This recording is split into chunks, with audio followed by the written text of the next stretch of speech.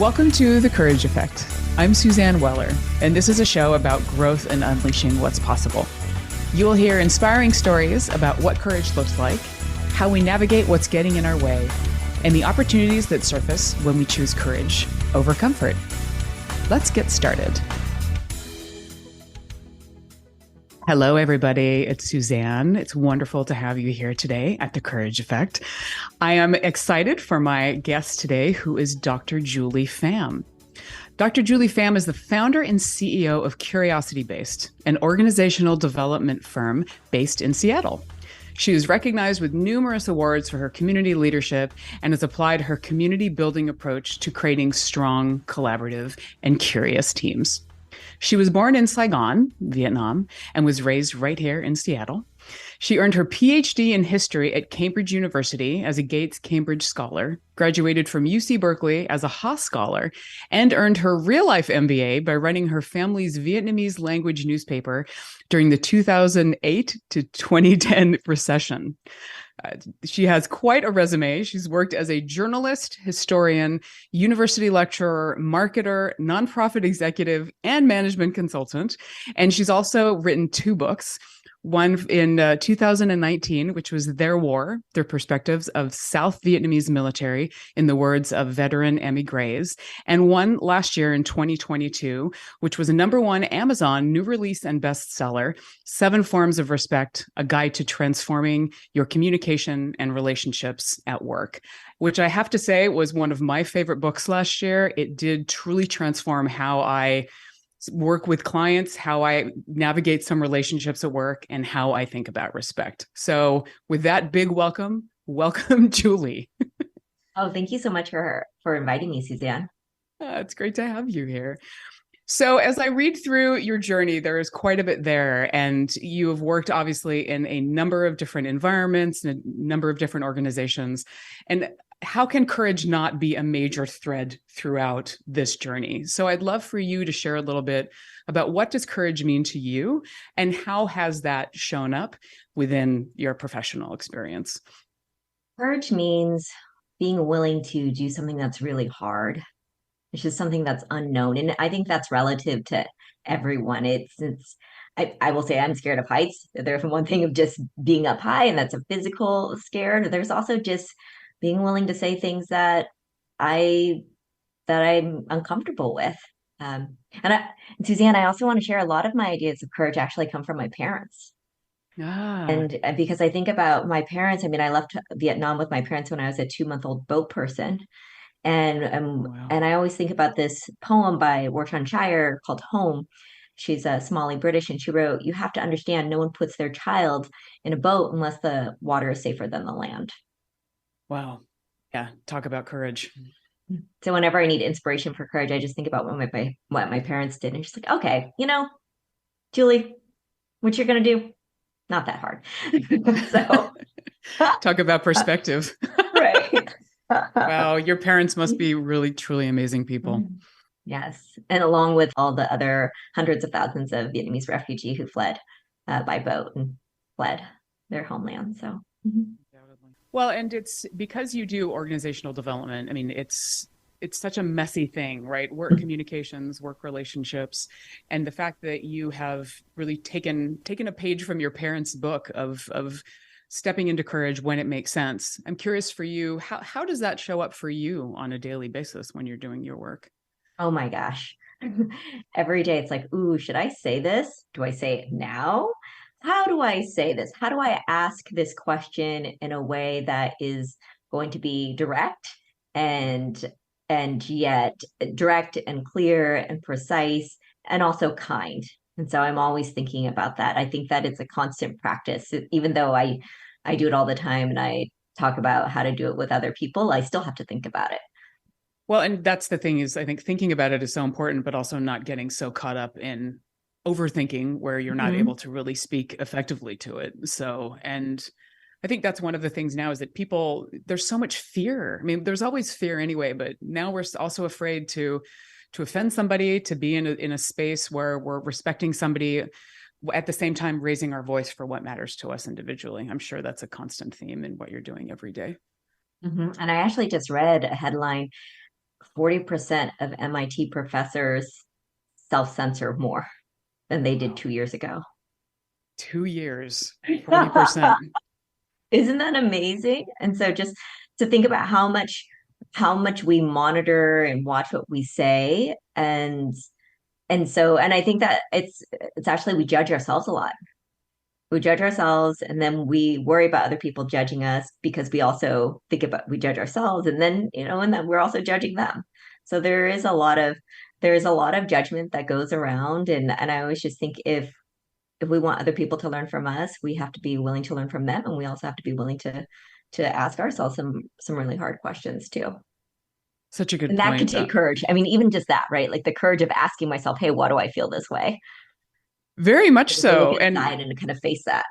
yeah, well, and I love, so I'm actually going to quote something from your book. I hope that doesn't make you too uncomfortable. This is something because it's about judgment. And I think that this has so much to do, exactly as you said, with courage.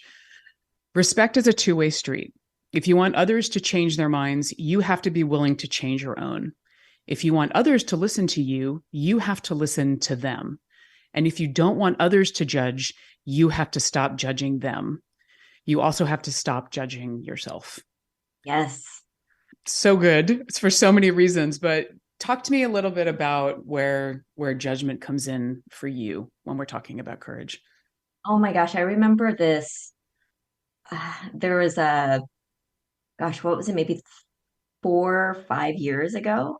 I had this experience where I I was part of a program. It was a part of a leadership program, and I just disagreed with what some of the people were saying in the program. And I started to say things and just, hey, what about this? And I was just ignored. Mm. And and then I just got tired. And I just thought, oh, like I can't, should I continue to say something? Should I try?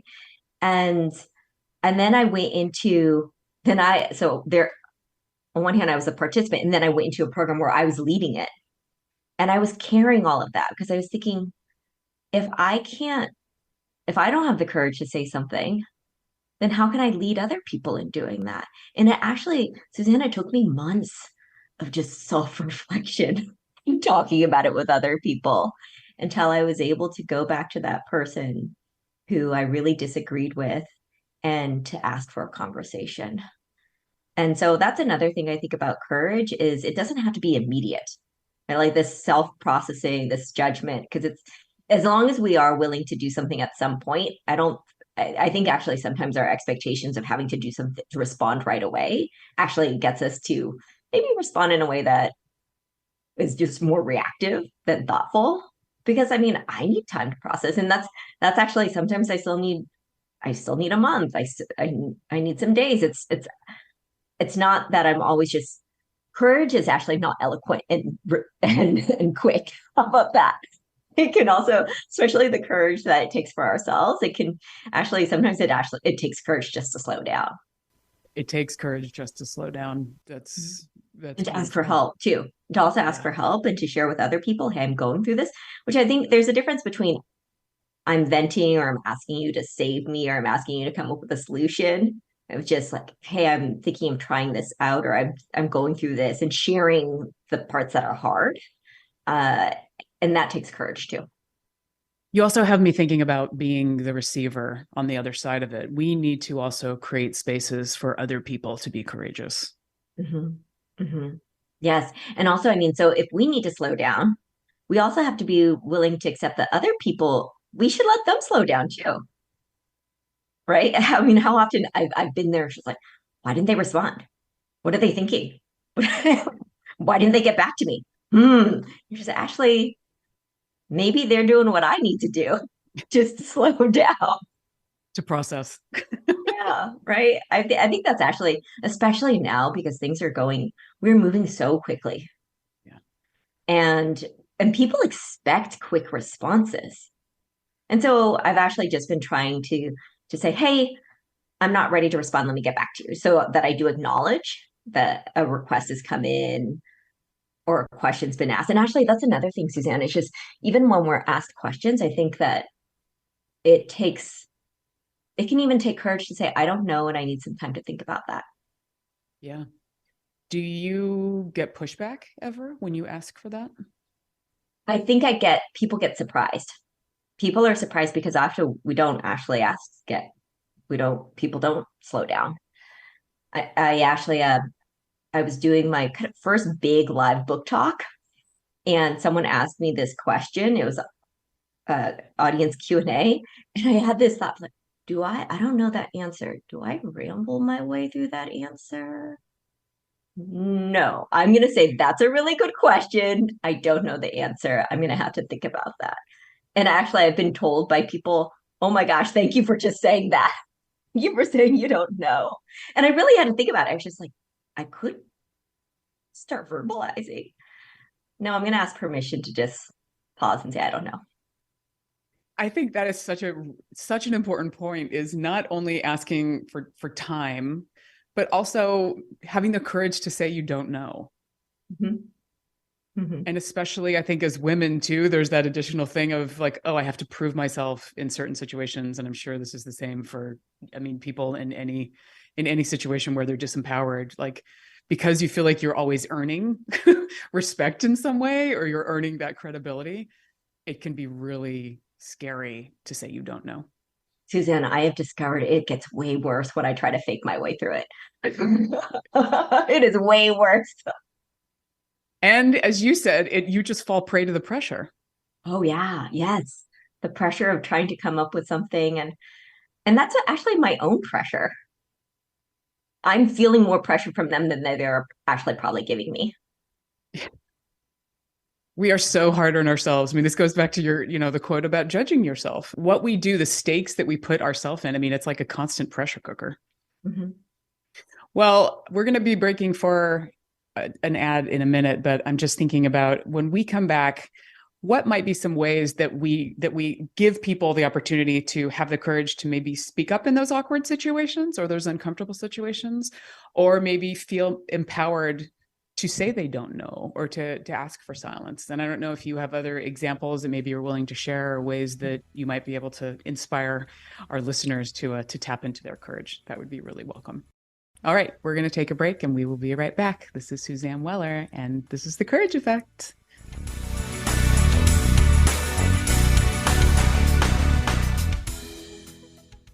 In business, your people are your most important asset. With so much change happening on the professional landscape, does your company have the expertise to support your employees for what the future holds? Maybe it's time for a partner like Plum. Female founded over 13 years ago, Plum HR Consulting provides human resources expertise to small and medium-sized businesses up and down the West Coast. Plum's HR consultants have more than 15 years of human resources experience in every type of industry, including tech, real estate, construction, manufacturing, and nonprofit. From long-term engagements to shorter projects, Plum can support almost every aspect of your business's HR goals. Allow Plum to take human resources off your plate so that you can go back to growing and leading your business. Visit plumseattle.com for details and information on their services. Alternative Talk 1150, talk radio for the body, mind, and soul.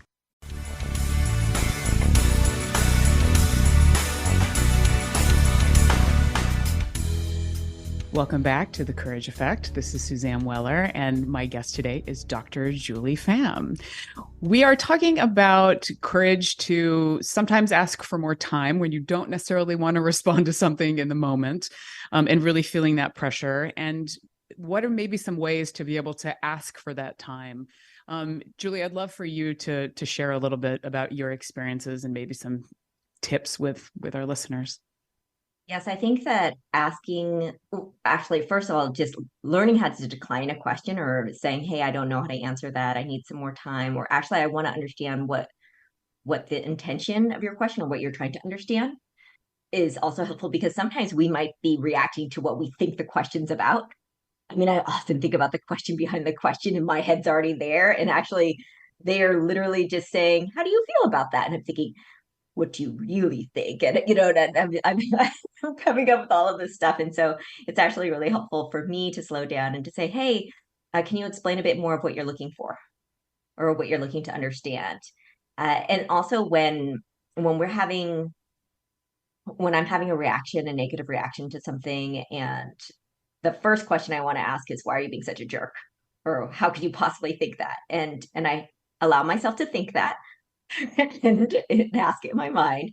And then also then just ask another question of just, hey, can we talk? I'm feeling about, I'm feeling bad about this. Can we talk about it? Or are you open to me sharing how I feel? And so it's asking a question actually. And so in that one, that question is about consent. Yeah. It's about the consent to talk more. There's also the, hey, I'm seeing this and I just really want to understand more of why you are what's going on for you. Why do you have your phone out during our meeting? And because right now I'm kind of feeling I'm feeling ignored, or I'm feeling maybe is my talk not interesting? That's what's coming up for me.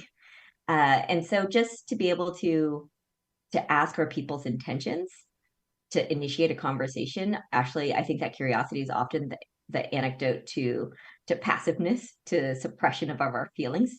If we can just think about it in terms of a question. And you know, Suzanne, it's interesting because sometimes people say, well, isn't that passive, or why should we ask a question? It's like, because we actually don't know. Right? We actually don't know. And a question will actually initiate a conversation and allow for that conversation versus assuming that we know what their intent is.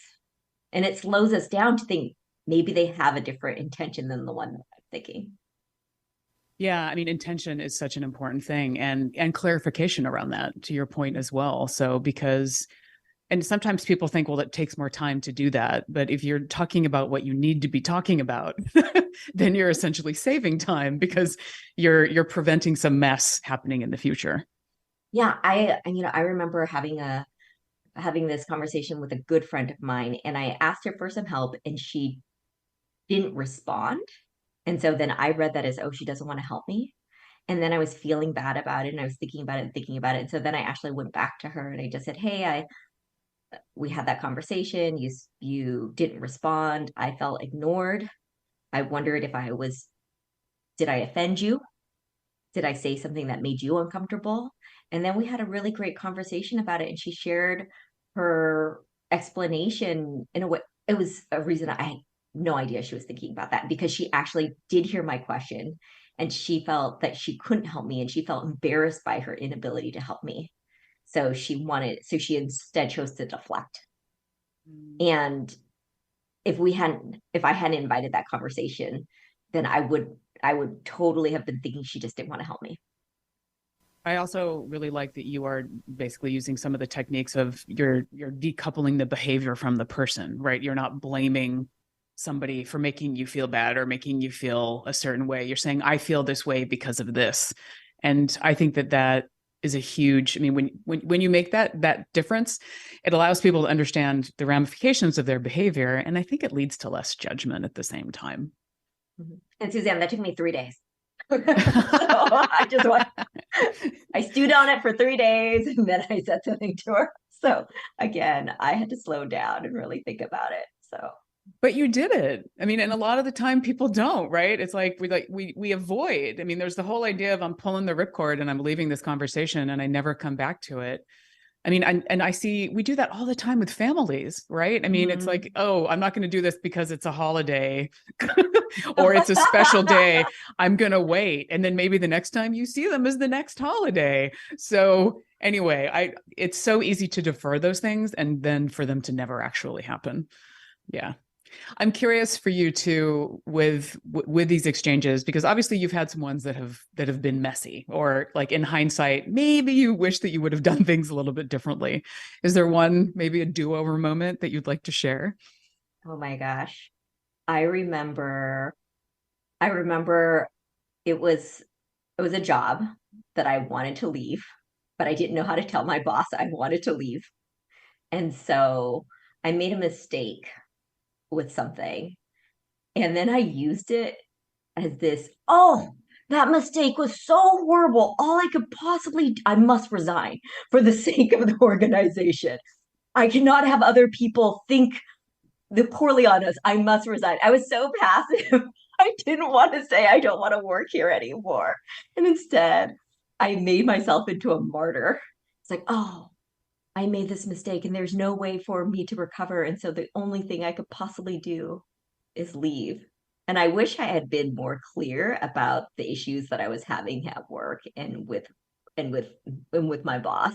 And instead, and they were so confused because they wrote back and they're just like, what do you mean? No, this you don't need to resign. I'm like, no, I must resign. So Yeah, definitely some martyr going on there, throwing yourself on the it's sword. easier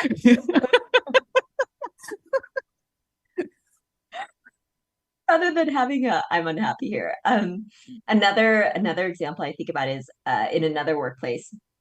I was having issues with my boss, and and there's someone else, a peer of his on another team who had a huge issue with him. And I started complaining about him to her. And she would just soak it up, right? Because this is ammunition against this person a peer who she doesn't like. And I thought she would save me. I thought she would save me from a bad situation. And she didn't. Instead, she told other people what I said. And so I found out that my talking behind his back was actually getting around in the org. And it just made me look really bad. And so what I learned from that was I can't expect other people to fight my battles for me. I can't expect other people to save me. And I also have to be responsible and take responsibility for the things that I say. So important. And as you said, you have no idea what other people's intentions are, where you feel like you're in a safe space, maybe, but yeah, but obviously you weren't. I was just a pawn. So I was just a pawn in the workplace. So yeah. Live and learn. And that also makes me think of integrity, right? I mean, really, there's times where, like if somebody complains to you about somebody else and you think, well, what are they saying about me to somebody else, right? Like, oh, absolutely. There's a certain amount of trust that I think is eroded when that's happening. And I like to think about that of, okay, am I showing up with integrity when I'm having these conversations? Because could this in some way be used against me or have me showing up in a way that I don't want to be known for? Well, Suzanne, another example of one where I was actually given advice that I didn't take was I found at a work dinner, I asked some of my coworkers a question that I guess later on I found out made some of them really uncomfortable. And I found out from someone else. And I talked to my boss, I talked to my peer about it, and they were just like, oh, yeah, you should just let that go. Too bad that they think that. And it just kept eating at me because then I kept thinking, what else are they saying? I started to get paranoid actually. And so I talked to someone who was just, no, you should say something. And so I did ask them a question. I said, hey, I want to acknowledge that I said something that I want to apologize for what I said. I want to acknowledge it. And I also want to ask you to let me know in the future if I do something. And I'm so glad that I said something because I was doing on that.